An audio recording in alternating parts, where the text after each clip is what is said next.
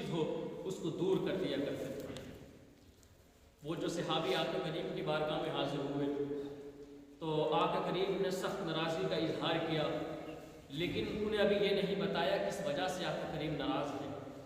پھر انہیں پتہ چل گیا کہ میں جو سرخ رنگ کا کپڑا پہنے ہوئے ہوں اس وجہ سے آقا کریم ناراض ہیں، اور حضور کو سرخ رنگ کا کپڑا پسند نہیں۔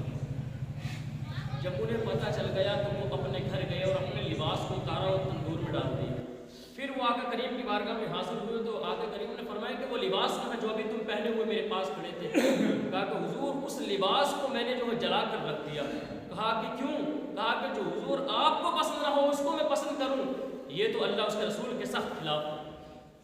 اس لیے کہ جو چیز آپ کو پسند نہیں تو وہ مجھے بھی پسند نہیں، چاہے اس کی قیمت کتنی بھی بلند ہو۔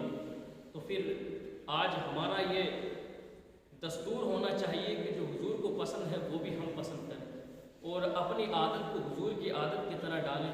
حضور کس طریقے سے چلتے تھے اس طریقے سے اپنے قدموں کو اٹھائیں۔